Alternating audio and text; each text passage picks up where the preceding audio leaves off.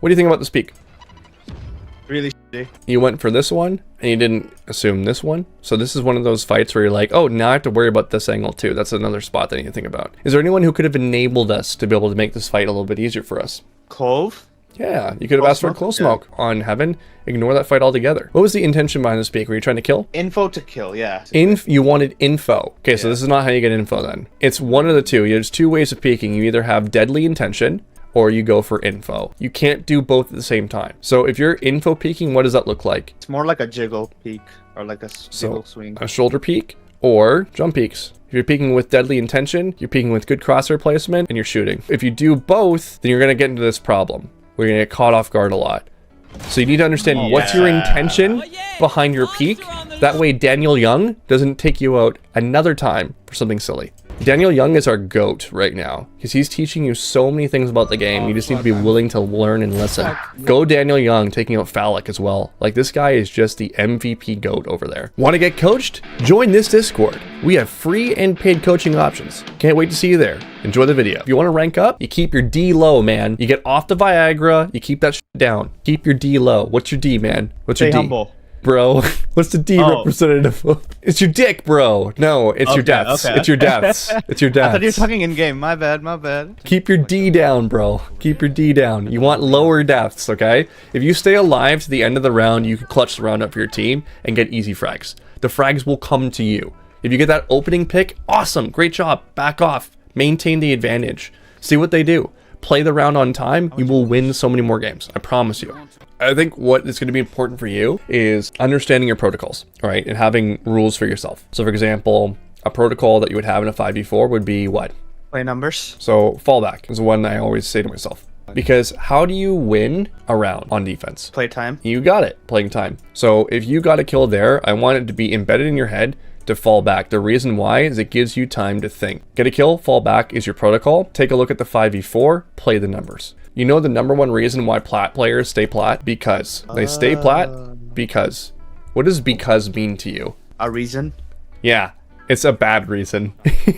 Okay. Because, right? So your answer was, I like to use the Spectre here because I'm comfortable with it. Yeah. It wasn't for, I'm gonna buy this weapon so I can take close range fights on this particular angle. It wasn't really any plan. It was more like, I just feel like I can frag well with it. Below platinum, that's fine. You're now getting into the bigger leagues. You need to be buying for a reason and thinking about doing things for a reason. Like, for example, you throw that boombot out there. What's the reason for the boombot? Are you there just trying to get information? Okay, get map control, but then you backed off. So you don't really have map control, do you? So, because I was thinking the turret would detect the hookah person. Okay, but that doesn't get you map control. Map control would be you physically taking that space. That gets you information. Info is different. Info is like, okay, well, they could be there, they could not be there. I throw out the boombot, confirm if they're there or not. So your why needs to be satisfied every time. Has to be satisfied every time. So this fight is really good. I don't mind it with Spectre. You know, it's totally fine because it's the right range. Do you need to do it? Definitely not. 5v4 situation and they're on eco, right? But this is what I'm talking about. So when you're buying a weapon and you're going to go defend some places, it needs to make sense. For example, if you went towards long at the start of the round and you bought a Spectre, I'd be very curious as to why you bought a Spectre for that particular angle, because you're probably going to be taking longer range fights. Yeah. So it's not enough to just be comfortable with something. It needs to make sense. Every weapon is a tool. Do you need to do this? Are you paying attention? Are you pressing tab at the beginning of the round? I'm pressing my W key. You're not pressing tab. You're not doing an assessment, because I noticed right away here when you press tab, what did we notice? 5v4. 5v4. What the hell are we doing? You're also one away from your ult, my friend. Don't die, because you have the win condition with your ult. No. So right now, your mindset for winning the game, I can see it in your gameplay, is I need to kill 4 people. That's what your mindset is. This is what your gameplay is telling me. If you shifted it to, I need to bring this timer down to 0, you're gonna be deadly, because you already have the ability within you to shoot all these guys in the head. You're just not giving yourself the best chances to win. So there's really just no need to do this. You just gave them a gift. Now it's 4v4. Now it's winnable for them. For the value of doing 31 damage and 20 damage. It's like, oh, it's 4v5? No problem. I'll just throw myself into the fire. How to get burned? How to get burned? How to get burned? How to get burned? I don't know! Oh, God. You hear him running. You hear him running. Yeah. I really hate that you're going through smokes. Why? Why? You're dead here. As far as I'm concerned, you're already dead. You're dead. You're so dead. I actually thought that the smoke Die! from the minimap. So from my minimap perspective, I was thinking the smoke would cover everything. Bruh. Bruh. I'm telling you guys, I could literally take this student all the way to Radiant. All I gotta do is say numbers. Numbers. Numbers. Every round. Just gotta say numbers. He'll fall back. He'll just win all these rounds. I'm pretty confident I can at least get you immortal. And you're gonna see me. Oh God! You have such an opportunity here to win the round. What are you missing right now? What could you ask for? So you know they're in showers, right? Yeah. Ask Gecko to alt out here for you, and then you just start scaling on it. Can we alt showers here? Can we alt showers here, Gecko? You want showers or no? God! Holy shit! Gun out, bro! Gun out! My turn. I took my time there, so. What's keeping someone from not being in showers behind you as you're chasing? What's keeping someone from not being showers here? Obviously you see both of them right now, but like the entire time when you ran out there, we didn't have information on where they were gonna be, and you made a wild assumption. Okay, so you pop your ult, right? Here's the problem with platinum players. Would you say that platinum players are really, really fast at reacting to things? Yes. Or no. Or not. I don't know. Chad, are platinum players really fast at reacting to things? Too fast? You're talking about aim and shooting, right? Just remember, Spear. No. Slow. Speed, not accuracy. When you're talking about aim, they're definitely fast in reactions because they're just so fixated on their crosshair and they put blinders up to everything else, right? That's the usual platinum player. We're talking about it. Absolutely, I agree. They're fast on that. But when we're talking about awareness of threat, are they fast? Motherfuckers are lost. Okay, so when you pop your ult and she says, "Here comes the party," do you think they're going to react really quickly to that? Yes. I'm going to say no. I'm going to say no. Okay? Here's what I want you to do. Your mentality with your rocket is fragging. Okay? It's fragging. Your mentality with this rocket should be, I need to use it to scale and move up onto this bomb site.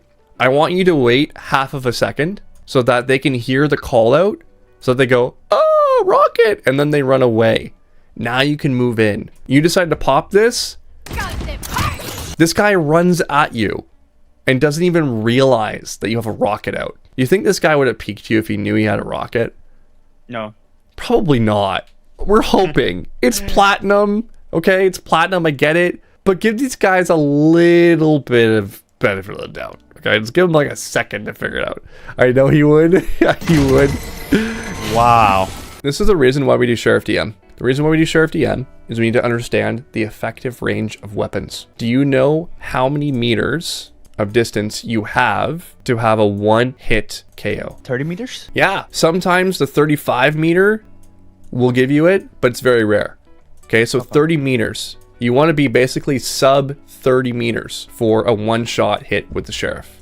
The range that you're peaking this with, too far. You need to be up here to have a chance. I always look to go for the minimal angle. Now, that gives you a really, really good perspective here, right? Because you're taking this fight, it's kind of like taking a knife to a gunfight, man. Your range is way off. They can have any number of guns on their anti-eco round. So this is one of those ones that's super long range. They could also have Bulldog, they also have Guardian, and you're taking this fight at longer ranges than it needs to be. Now I get the fact that they might not have full armor. Okay, I get that fact. That's fine. But I would still be taking these fights at closer ranges because it makes more sense. I could have just tugged on the left and then scale up with Jed. And then exactly. Now you're thinking, right? Right? When you bought that Spectre the second round, I didn't want to see you peeking long range. I want to see how you're going to path and get nice and tight to things. So you're always hitting close range fights. Always play to the tool. Okay? Here is the positioning error that I have for you. Okay? Yeah. What are our threats right now? If you look at the top of the screen, what are our threats? Neon alt. Neon alt. What does Neon alt need to get maximum value on close range? She has to push us. Yeah, like, she has to push you, and she needs to get close range. You're staying here for close range in a 4v3. There's no need. Back off right here. Yeah, back off at this point. There's no need to do that. Let them full send in here. Don't take this fight. it's good that it went well for you, but I would say that probably 9 times out of 10, if you're playing someone who's at equal scale level as you, they're going to probably wipe you out from here. Okay? There's another reason why you need to make sure you have long covered, because there could be open flanks, and that's a big problem as well. So you need to make sure that your team is not going to get flanked and hit by this. Now it's a 2v2 and you're split. This is scary. One right? enemy remaining. A little terrifying, but it ended up being okay. So, controlling the entrances to the bomb site, I cannot stress this enough, chat. You must control the entrances to the bomb site. Control at least the attacker side, this area here, or control the CT side. One of the two is really important. So if you get this one here, more often than not, you'll be fine.